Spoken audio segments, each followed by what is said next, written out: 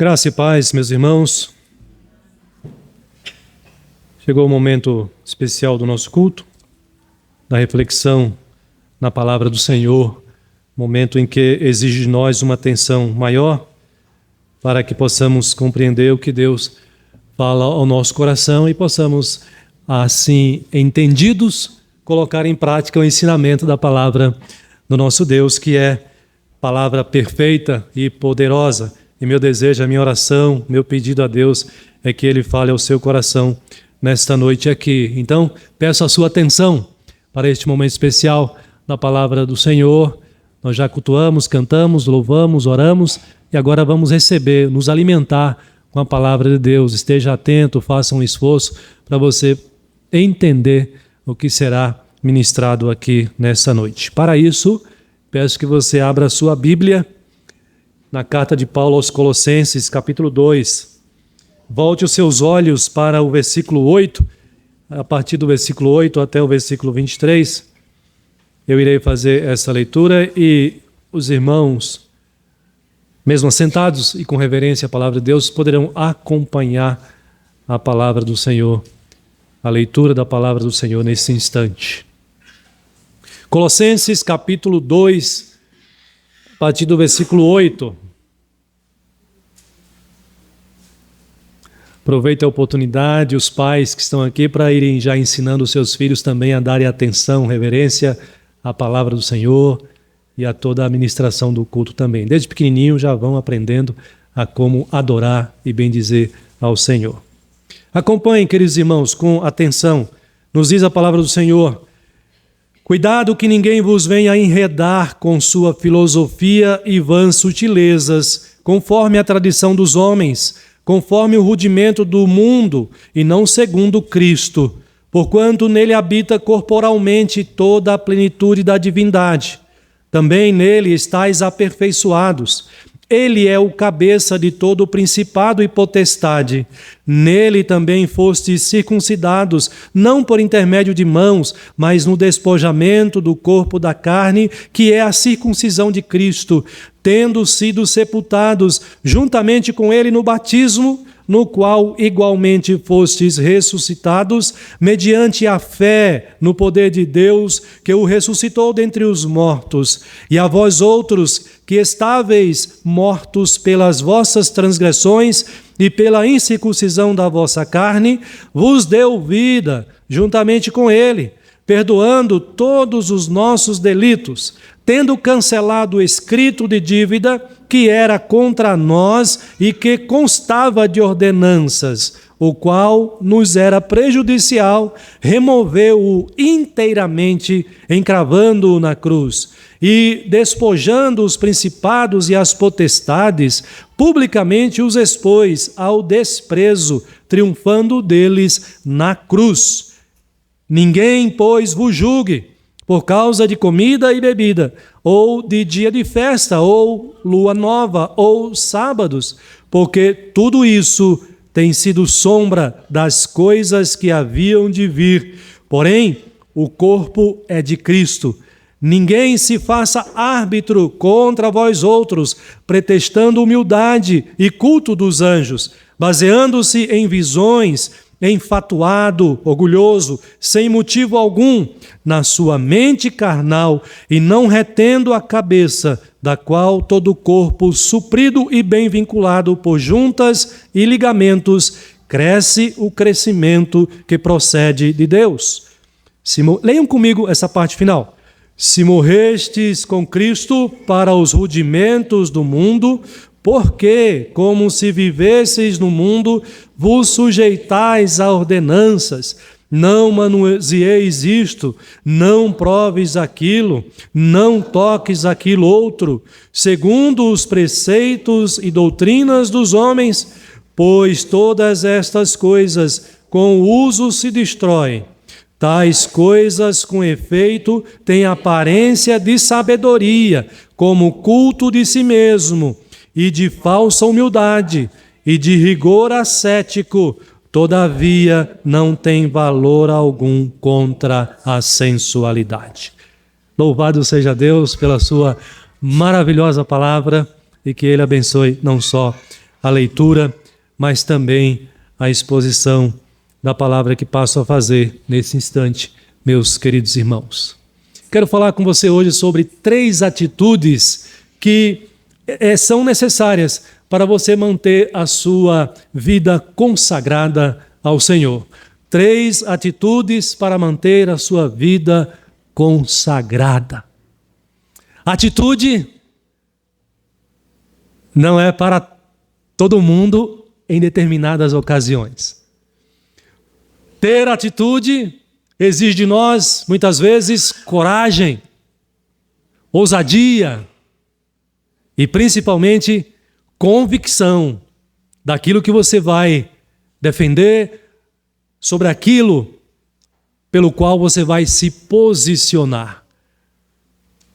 Nós estamos vivendo um momento olímpico, dos Jogos Olímpicos, e vocês devem ter acompanhado uma das nossas atletas brasileiras. Teve uma atitude, uma atleta cristã, e naquele universo, naquela realidade de um mundo pós-cristão, ela tendo uma oportunidade, ela não perdeu a oportunidade e ela agiu com firmeza, com convicção e deu o seu testemunho.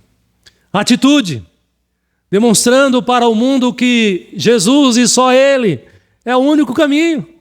Eu sou o caminho, a verdade e a vida. Ela aprendeu isso nas Escrituras e, convicta disso, ela agiu com convicção, com coragem, com determinação. Irmãos, esse texto, o apóstolo Paulo, ao escrever para essa igreja, os cristãos de Colossos, ele exige, ele escreve também convicto e leva esses cristãos a serem convencidos que precisam também agirem com firmeza, terem atitudes que correspondam com a fé, com o evangelho no qual eles foram instruídos, no qual eles foram ensinados por Epáfras, um dos pregadores e aquele que provavelmente organizou esta igreja ali em Colossos. E quando nós lemos esta epístola de Paulo escrevendo aos Colossenses, nós podemos aqui destacar 3 lições importantes para nós, 3 atitudes pelas quais nós devemos manter a nossa vida consagrada ao Senhor. Mas é preciso também ter coragem, ter convicção da sua fé, ter certeza da sua vida com Deus, para você agir, para você colocar em prática essas atitudes. Pastor, qual que é a primeira atitude? Porque eu quero consagrar a minha vida a Deus cada vez mais. A primeira atitude que nós podemos aprender com base no texto aqui, meus queridos irmãos, é que, como cristão, você deve manter-se firmado na sã doutrina. Se você quer ter a sua vida consagrada a Deus, se você quer consagrar a sua vida cada vez mais ao Senhor, você não tem outro caminho, outra alternativa a seguir. Você precisa estar firmado na sã doutrina, na doutrina verdadeira, no Evangelho, na palavra do Senhor. O que é a sã doutrina, senão isto? O que é a sã doutrina, senão puramente o ensinamento bíblico? Essa é a sã doutrina. O que é a sã doutrina, senão o ensino que é fiel ao Antigo e ao Novo Testamento? Pastor, o que é a sã doutrina? O que é a sã doutrina, senão aquele ensinamento bíblico, o qual está fundamentado em Jesus Cristo e não em homens, e não na sabedoria humana, na inteligência das pessoas. Meus queridos, esses cristãos de Colossos, eles foram evangelizados, eles foram ensinados na sã doutrina. Epáfras pregou para eles, e Paulo também evangelizou, pregou, instruiu esses irmãos, exortou, como ele faz isso aqui nessa carta, quando ele escreve aqui para os Colossenses. Eles foram instruídos no evangelho verdadeiro, na sã doutrina. Mas eles estavam se desviando da sã doutrina. E agora o apóstolo Paulo, preocupado tanto quanto Epáfras, o seu pastor, o pastor desses crentes, preocupado com esses cristãos, esses irmãos em Cristo, queridos, amados, que estavam se afastando das sã doutrinas, que estavam se deixando contaminar pelos falsos ensinos, pelos falsos mestres, pelos falsos pastores. Paulo agora na cadeia, e Epáfras junto com eles. Ele se empenha, se esforça para escrever essa carta, depois de ter recebido notícias de que a igreja estava sendo contaminada por heresias, por falsos ensinos, por doutrinas falsas. Paulo e Epáfras preocupados, agora Paulo escreve e envia esta carta, exortando esses irmãos amados a permanecerem fiéis na sã doutrina, a qual eles haviam sido instruídos e sido ensinados na origem da sua vida com Deus, da fé no Senhor. Queridos, a Igreja de Cristo está sujeita a ser alvo dos falsos ensinos, dos falsos mestres, como essa igreja que também eles foram alvos dos falsos mestres, dos falsos pastores que começaram a permear o falso, a semear o falso ensino no meio da igreja e desvirtuando, afastando esses irmãos da fé verdadeira, do evangelho verdadeiro, para uma falsa fé, para um falso ensino, desviando eles da palavra de Deus, que é perfeita e que é suficiente para as suas vidas. Nós precisamos estar atentos também, e por isso Paulo escreve esta epístola, inicia essa epístola chamando a atenção desses irmãos que são ovelhas também do Senhor, que seguem o Senhor Jesus, que tem a palavra e que chama as suas ovelhas. E é interessante porque o próprio Jesus vai dar esse testemunho.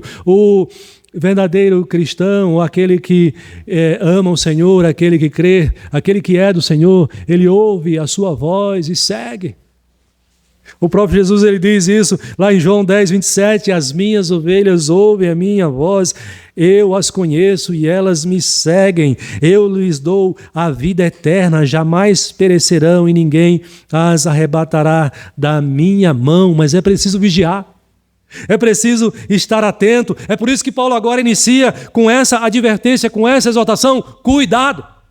Essa palavra aqui chama atenção para uma postura de atenção, de alerta, de estar atento ao que está sendo ensinado, ao ensino pelo qual você está conduzindo a sua vida, ao ensino pelo qual a sua mente, o seu coração está sendo atraído. Paulo diz: cuidado, cuidado para que vocês não sejam enganados e se deixem levar por filosofias e vãs sutilezas. E veja que Paulo já dá a dica aqui, do falso evangelho, do que são essas filosofias e vãs sutilezas. O fundamento delas não é Cristo, não é o Senhor, mas ele diz aí no versículo 8 que está fundamentada na tradição dos homens, conforme os rudimentos deste mundo e não segundo Cristo. A sã doutrina está fundamentada em Cristo. Cristo é o centro, é o fundamento da sã doutrina. Mas a igreja está sujeita a filosofias e vãs sutilezas. A igreja está sujeita à doutrina de homens e não de Deus e não do Evangelho. Por isso Paulo diz: estejam vigilantes, estejam atentos em todo o tempo, para que vocês não sejam iludidos pela falsa doutrina, pelo falso evangelho. Andar na sã doutrina, irmãos, exige coragem, exige determinação. E Paulo já havia ensinado e falado dessa necessidade para que eles andassem na sã doutrina. Andar na sã doutrina é andar com Cristo, é permanecer na presença de Cristo, é estar firmado, é estar radicado, conforme nos diz aí o versículo 6 e 7, nessa mesma carta, como Paulo disse: ora, como recebeste Cristo Jesus, o Senhor, assim andai nele. Quando você foi convertido porque o Evangelho chegou até você. Porque a palavra de Deus alcançou a tua mente, penetrou o teu coração e você foi convencido pelo poder da palavra de Deus, pela sua perfeição, e você se entregou a essa palavra, a essa sã doutrina, ao Evangelho, e você resolveu consagrar a sua vida ao Senhor. Mas ao longo da sua caminhada é preciso tomar cuidado, porque também nós estamos sujeitos, e se não estivermos vigilantes, o próprio Jesus diz para a gente vigiar e orar. Se nós não estivermos atentos, nós também podemos ser enganados, porque a sedução do falso evangelho é muito forte, é muito atraente, mas ele é falso, ele é enganoso. E o ensino falso, o evangelho enganoso, ele não leva você para junto de Jesus.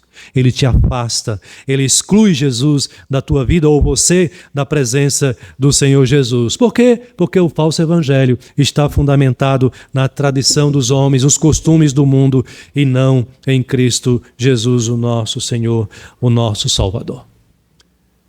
Irmãos, o nosso Brasil vive uma realidade de muitos evangélicos já.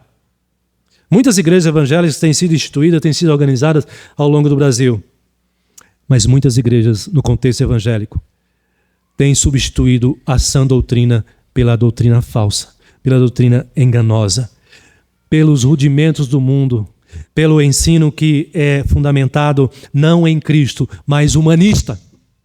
Tirou o Cristo do centro e trouxe o homem para o centro. Não agrada mais a Deus, não tem o propósito, não tem mais o compromisso de agradar a Deus, mas agradar as pessoas, agradar os homens. É um evangelho humano ou humanista, fundamentado no rudimento do mundo, ou nos rudimentos deste mundo, nos homens e não em Deus. E esse falso evangelho tem desviado a atenção, a fé, muitas vezes, tem sido afetada de muitos que estão na igreja, porque têm muitas vezes sido atraídos por esse falso evangelho e muitas vezes até desviado essas pessoas que estão na igreja, porque têm sido atraídos por um evangelho que não tem um foco numa teologia cristocêntrica, mas tem um foco numa teologia liberal.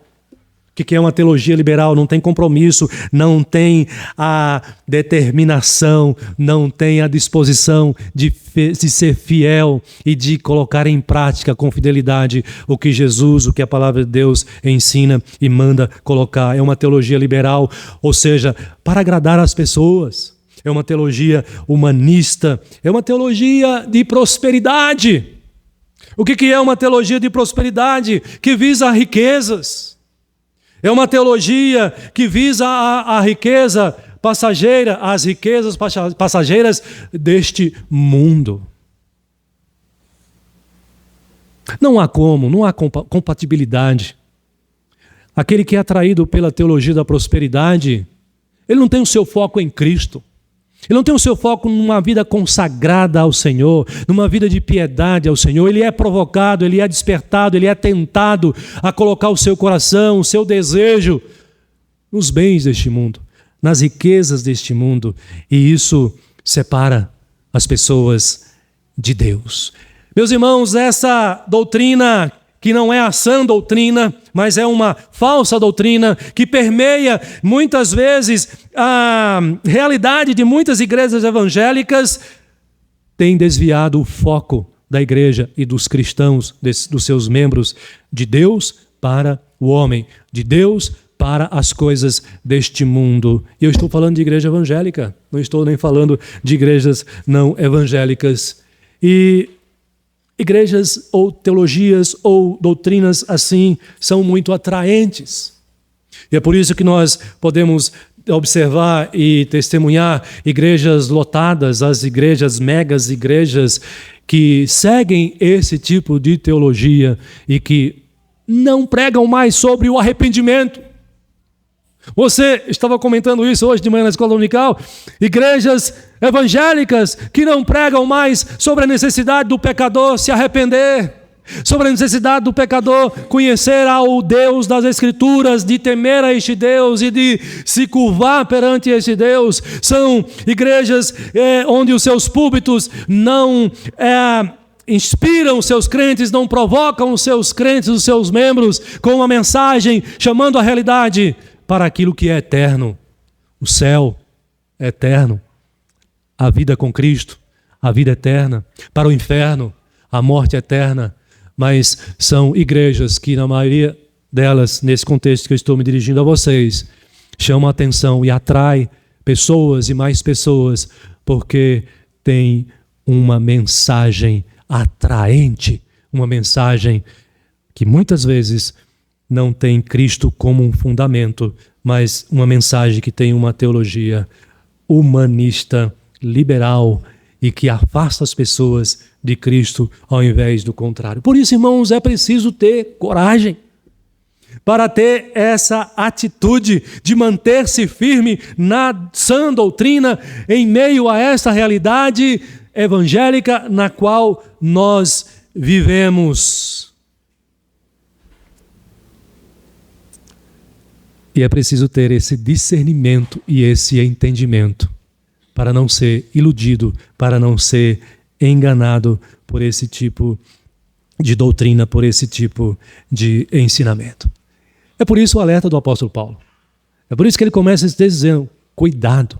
É como uma placa, né, piscando para a igreja, para os crentes, alertando sobre esta realidade. Cuidado, muitos crentes têm corrido atrás dessas coisas, desse tipo de falso ensino, falsa doutrina e têm desprezado a palavra do Senhor. Mas e nós? Mas e você que está aqui nessa noite? Será que nós estamos atentos a essa realidade? O apóstolo Paulo fala ao nosso coração, nos chama nos faz essa advertência e nos chama a essa realidade. Será que nós já aprendemos que o que nos satisfaz é, de fato, a palavra do Senhor, a palavra de Deus, e não essas coisas? Se a palavra de Deus não satisfaz o nosso coração, nada mais pode trazer satisfação, paz, tranquilidade, porque o resto é passageiro, o resto é temporal, o resto não satisfaz o nosso coração, os nossos anseios, a nossa alma. Só a palavra de Deus. Então, meus queridos, ame, explore, conheça, busque satisfazer realmente o seu coração e a sua alma com a palavra de Deus, porque ela é poderosa, ela é capaz para isso. E dessa forma você estará consagrando a sua vida ao Senhor, mantendo-se firme, não sendo enganado, não se deixando atrair pelo falso ensino, pela falsa doutrina, mas seguindo comprometido com a sã doutrina que é a palavra de Deus, o Evangelho do nosso Senhor e Salvador Jesus Cristo. Mas pastor, você falou que são 3 atitudes. Qual é a segunda atitude? A primeira é essa, manter-se firme na sã doutrina, na palavra do Senhor. Não fuja dela, tome cuidado. E qual é a segunda? A segunda é confiar na suficiência de Cristo Jesus. O Senhor Jesus Cristo, Ele é tremendo, Ele é poderoso.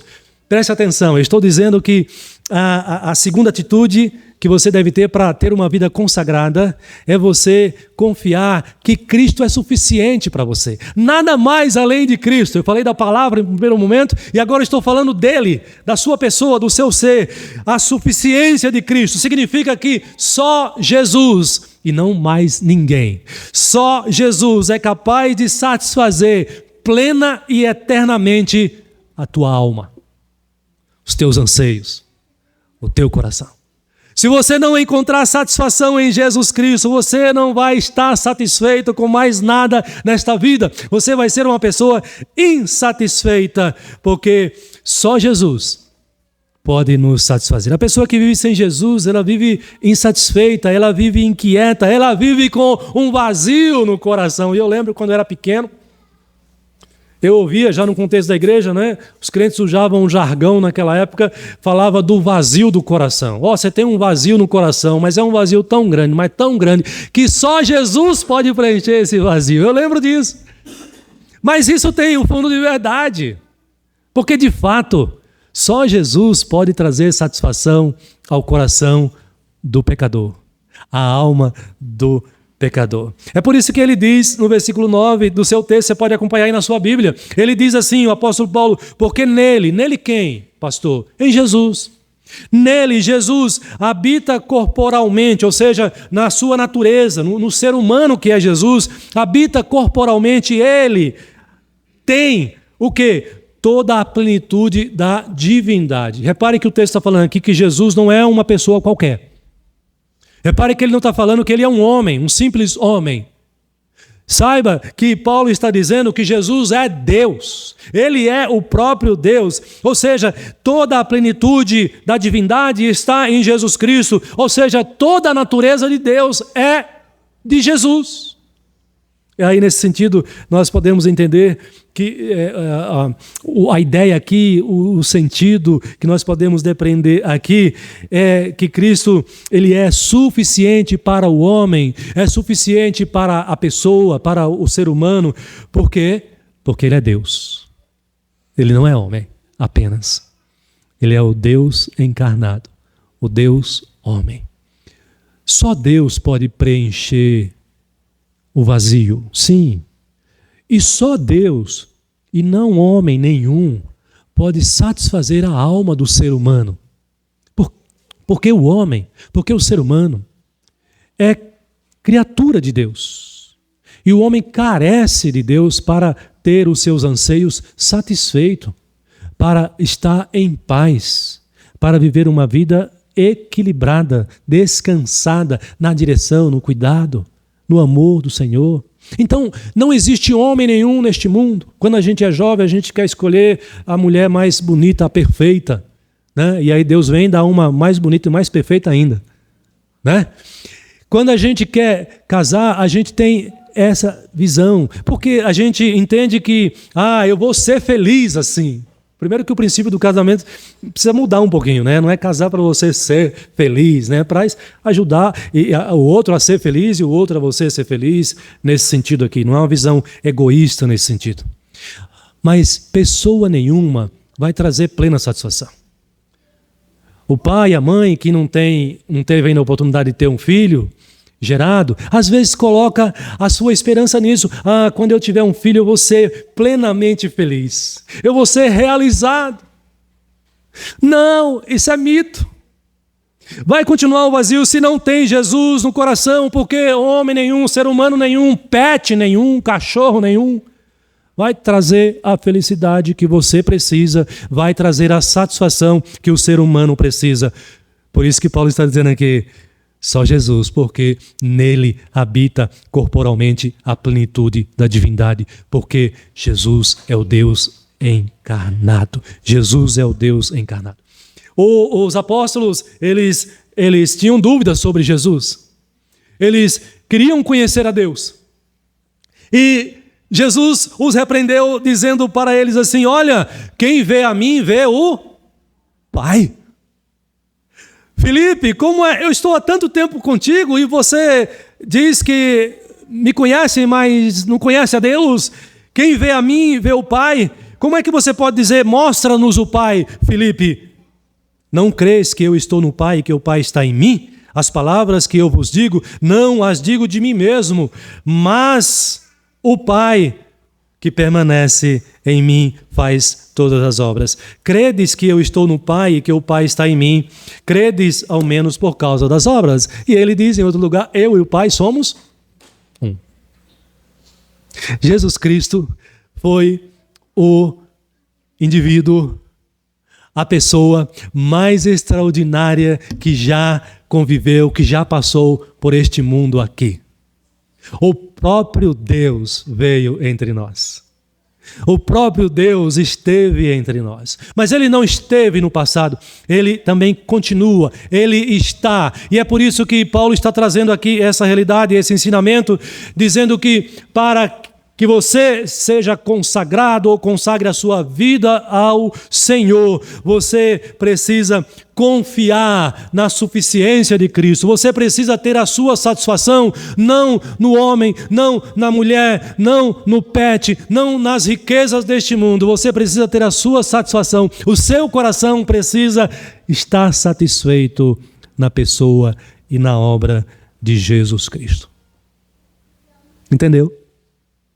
Um comentarista, ele vai dizer, o Werner de Boer, ele vai falar o seguinte a respeito desse texto aqui: em tudo o que lemos nesta carta de Paulo, ele não engrandeceu coisas humanas, nem mesmo em si próprio e em seus amigos. Em todas as suas exposições ressoava um único som claro: Jesus. Ele é por meio dele, para ele, com ele, Paulo magnificou, exaltou, engrandeceu Jesus Cristo e sua obra na cruz. Só Ele pode trazer satisfação ao teu coração, porque Jesus Cristo é o Deus encarnado e Ele perfeitamente sabe dos seus anseios, das suas necessidades. O ser humano sem Jesus, ele está insatisfeito, vive insatisfeito e está perdido. É por isso que Paulo diz, olha, você precisa de Jesus. Olha, você precisa ter Jesus no seu coração e viver com Jesus na tua vida e buscar Jesus, entendendo que Ele é suficiente para você e aprender a ter a sua satisfação plena e eternamente em Jesus Cristo. E aí você precisa avançar nisso. Você não basta ter só essa consciência, você precisa desenvolver essa relação com Cristo, essa comunhão com Cristo, essa vida com Cristo. Por isso, no versículo 10, acompanhe o versículo 10, o que ele vai dizer. E por estarem nele, que é o cabeça de todo o poder e autoridade, vocês receberam a plenitude. É preciso ter essa consciência de que você coloca a sua fé em Deus, em Cristo Jesus, mas você precisa crescer nele, ser aperfeiçoado em Cristo Jesus, dia após dia. A vida cristã, a vida do convertido, ela é uma vida dinâmica, ela não é inerte, ela passa por um processo a cada dia. Nós precisamos crescer e desenvolver. Este é o processo do aperfeiçoamento em Cristo Jesus. Nós precisamos avançar na santidade, na piedade, no conhecimento da palavra do Senhor e no fortalecimento da fé, para que nós tenhamos a coragem, a atitude de entender e confiar na suficiência de Cristo para as nossas vidas. Veja que aquela atleta, ela tinha convicção da sua fé e ela teve essa atitude, a atitude de testemunhar para as pessoas a grandeza de Jesus, que Ele era o caminho. Mas ela fez isso certamente porque ela tem em Cristo essa suficiência. Ela confia no Senhor. A sua vida está sob a direção do Senhor. A palavra de Deus diz que o próprio apóstolo vai dizer que a todo aquele que invocar o nome do Senhor será salvo. Quando você lê o texto de Gênesis, você vê a grandeza, o poder de Jesus Cristo, que é suficiente para nos satisfazer. Lá em Gênesis já havia a profecia, já havia sido determinado o que ia acontecer. O diabo iria ferir o calcanhar, mas Cristo iria esmagar a cabeça da serpente. Jesus é digno da sua confiança. Jesus é digno de que você entenda e entregue a sua vida na plena confiança de que Ele satisfaz a sua alma, satisfaz o seu coração. É por isso que o nome de Jesus ele é tão engrandecido pelo seu poder, pela sua glória, que o livro de Atos vai dizer que não há salvação em nenhum outro nome, porque abaixo do céu não existe nenhum outro nome dado entre os homens pelo qual importa que sejamos salvos. 3 atitudes para você manter a sua vida consagrada ao Senhor. E aquele que mantém é porque já é do Senhor, é um crente. Estou falando para crentes, né? Então, para você não se perder com a falsa doutrina, com os falsos ensinamentos desse tempo. Manter-se firmado na sã doutrina. Confiar que Cristo é suficiente para você. Você não precisa de mais nada, de mais ninguém. Ele traz plena satisfação. Mas em terceiro lugar, eu falei que são 3 atitudes. A terceira atitude, irmãos, para aquele que vive assim, é não temer o julgamento do mundo. Não temer o julgamento do mundo. A atleta, lembra dela? Como é que é o nome dela? Raíssa. Ela teve coragem e ela fez lá em Libras. Foi em Libras? Jesus é o caminho. Mas ela tinha confiança, a suficiência dela estava em Cristo Jesus. Mas ela foi ameaçada e certamente vai pagar um preço por isso. Porque o mundo a julgou. O mundo julga você e eu. O mundo julga os cristãos. O mundo julga, sobretudo, aqueles que estão e querem permanecer firmados nas sãs doutrinas, têm a Cristo por suficiente para a sua vida, mas a atitude que a palavra de Deus chama você até é essa: não tenha medo. Não tema o julgamento mundano. Versículo 16, 17, acompanha aí. Paulo diz assim: ninguém, pois, vos julgue por causa da comida e bebida, ou dia de festa, lua nova, sábados. Tudo isso aqui, irmãos, são os elementos religiosos do Antigo Testamento. São cerimônias antigas que foram cumpridas em Cristo, ou seja, não fazia mais nenhum sentido aquele que entregava a sua vida para Cristo, cria em Jesus Cristo, continuasse observando essas práticas, essas cerimônias religiosas do Antigo Testamento que apontavam para a vinda de Cristo. Cristo veio, ele cumpriu essa realidade, essa necessidade, e agora os cristãos, e eu e você, não há mais necessidade de realizar essas coisas. Olha o que Paulo diz no verso 17. Porque tudo isso tem sido sombra das coisas que haviam de vir. Porém, o corpo é de Cristo. Então veja, o que Paulo está dizendo aqui é o seguinte: olha, essas práticas antigas são sombras. Ou seja, isso daqui não é mais a realidade. A realidade agora é Cristo Jesus. Olhe para Cristo, siga a Cristo, cumpra o que Ele determina, o que Ele ensina. O mais é sombra, não é realidade. O mais é sombra, não é a verdade. Mas Paulo diz no versículo 18. O que ele diz no versículo 18? Ninguém se faça árbitro contra vós outros. A ideia aqui é o seguinte, eu e você que somos crentes. Não permitam que ninguém vos julgue desta maneira. E esse julgamento aqui é o tipo de julgamento que não tem como fundamento a palavra, que não tem como fundamento as Escrituras. É o julgamento que tem como fundamento os costumes, a tradição, os homens. Por isso Paulo está dizendo: não tenha medo, não tema o julgamento do mundo. Ninguém se faça árbitro contra vós outros, pretextando humildade, culto de anjos, baseando-se em visões. Ou seja, são elementos religiosos, práticas religiosas do dia de Paulo e que também são dos nossos dias de hoje. Muitas delas, práticas religiosas que não têm fundamento nas Escrituras. Mas porque você não faz, muitas vezes você é julgado. Você é criticado. Você é perseguido.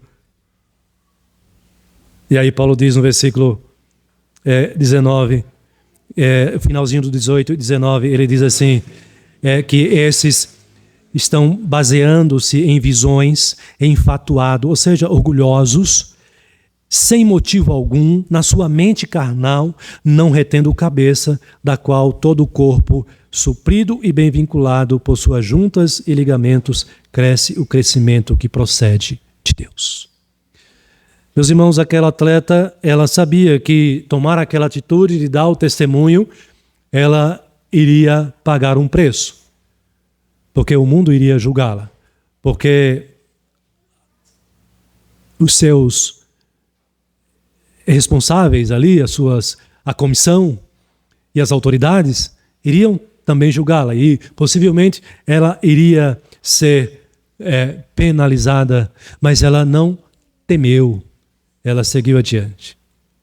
Uma irmã em Cristo, eu não a conheço, mas o testemunho que tem se falado e que tem se colocado é isso, nesse sentido. Uma irmã em Cristo testemunhou, não temeu o julgamento do mundo. Os crentes de Colossos também, eles estavam aqui nessa. Paulo está dizendo, não tema o julgamento desses judaizantes, desses falsos mestres, porque o julgamento que eles estão fazendo é embasado em costumes, em tradições, de homens, mente carnal, orgulhosa, que não se fundamenta na palavra do Senhor. Por isso ele traz aqui essa lista de comida, bebida, de festa, lua nova, sábados, tudo isso que já tinha sido cumprido. Os cristãos convertidos do judaísmo para o cristianismo, eles estavam sendo pressionados, eles estavam sendo julgados, eles estavam sendo oprimidos, porque eles não praticavam mais essas coisas, porque a sua fé agora era colocada em Cristo. Eles estavam seguindo o Evangelho, a sã doutrina, o ensinamento de Jesus Cristo. Mas eles estavam sendo julgados por essas práticas também. E Paulo está dizendo, não tema. Nós também, meus irmãos, não devemos temer o julgamento do mundo. Quando você e eu nos empenhamos em viver uma vida de obediência à palavra, quando nós nos empenhamos em desenvolver uma vida de piedade, quando nós nos esforçamos para viver uma vida de fidelidade ao Evangelho, às Escrituras, e que por esta forma, por este motivo, nos tornamos diferente das pessoas do mundo. E o mundo começa a olhar para você com um olhar diferente. Por que ele age assim? Por que ele está vivendo assim? Porque ele é crente. Porque ele está sendo um crente fiel. Porque ele está obedecendo ao Evangelho, porque ele está obedecendo à Bíblia. Irmãos, muitas vezes nós tememos o julgamento do mundo. Qual é a exortação aqui? Qual é a atitude que nós estamos sendo chamados aqui a ter? Não tema o julgamento mundano. Mas muitas vezes tememos o julgamento das pessoas que estão à nossa volta. O que ela vai dizer se eu falar esse versículo para ela? Como é que ela vai reagir se eu falar da palavra de Deus para ela? Como é que os meus colegas, os meus amigos da escola, da faculdade, do trabalho vão reagir se eu dizer que essa prática que eles estão fazendo é errada, porque a Bíblia condena, a palavra de Deus condena? Eu fico receoso. E às vezes eu temo. Estou sendo julgado pelo mundo, como é que eles estão me vendo, como é que eles estão me olhando? Às vezes você não fica pensando assim, você vai no shopping. Na sua casa você ora, agradece a Deus pelo alimento. Amém ou misericórdia? Aleluia! Mas você vai almoçar com sua família no shopping. Ah, pastor, mas no shopping não precisa orar, né? O que as pessoas vão pensar de mim aqui? E a gente fica receoso. Qual vai ser o julgamento? Qual vai ser a impressão que eu vou passar aqui? Se eu estou com os meus colegas, os meus amigos que não são crentes, e eles tomam uma atitude, uma decisão, mas eu sou crente, aquela decisão contraria a minha fé. E agora? Eu apoio, eu concordo, ou eu discordo? Eu não sigo com eles a partir daqui. Olha, gente, peraí, não posso seguir com vocês a partir daqui, tá? Porque eu sou crente, vocês sabem disso e não dá. O que será que eles vão pensar? Eu não vou ser mais o colega descolado entre eles? Eu vou ser criticado por eles? O julgamento do mundo, você e eu, fomos alcançados pelo Evangelho. A palavra perfeita e poderosa. Fomos alcançados por Jesus Cristo, o Deus encarnado. Você tem a palavra, você tem Cristo, você tem o Espírito de Deus. E agora você vai temer o mundo? O julgamento do mundo? Pastor, eu não vou evangelizar não, porque eu tenho medo de as perguntas que eles vão fazer. Será que eu vou saber responder? E o que eu responder, será que vai agradar ou desagradar? Aquela atleta, meus irmãos, ela não se preocupou se estaria agradando a homens, a pessoas. Ela sabia que estava sujeita a ser julgada pelo mundo. Mas ela seguiu adiante, tomou uma decisão e agiu. Atitude que glorificou o nome do Senhor. 3 atitudes eu estou compartilhando com os irmãos esta noite. Se você quer ter uma vida consagrada a Deus, você precisa manter-se firme na sã doutrina. E o que mais tem hoje é falsa doutrina. Doutrinas atraentes. Mas você precisa conferir se isso está na Bíblia, se é isso que a palavra ensina. Se você quer consagrar a sua vida a Deus, não busque satisfazer-se em outras coisas. Que Cristo seja suficiente para você. A sua suficiência, confie, a sua suficiência é Cristo. Siga adiante, meu irmão, minha irmã. Siga firmado nesse Evangelho. Viva uma vida fiel, de obediência, de fé, de piedade, de testemunho. Não tema o mundo. O mundo vai se levantar contra você. O mundo vai se levantar contra mim. O mundo vai se levantar contra a igreja. O mundo vai se levantar contra Deus. E que bom! Porque quando isso acontecer, e cada vez mais acontecer, significa que você e eu estamos vivendo uma vida mais comprometida, mais profunda e não superficial, uma vida que não envergonha mais o nome de Deus, o Evangelho, a palavra do Senhor.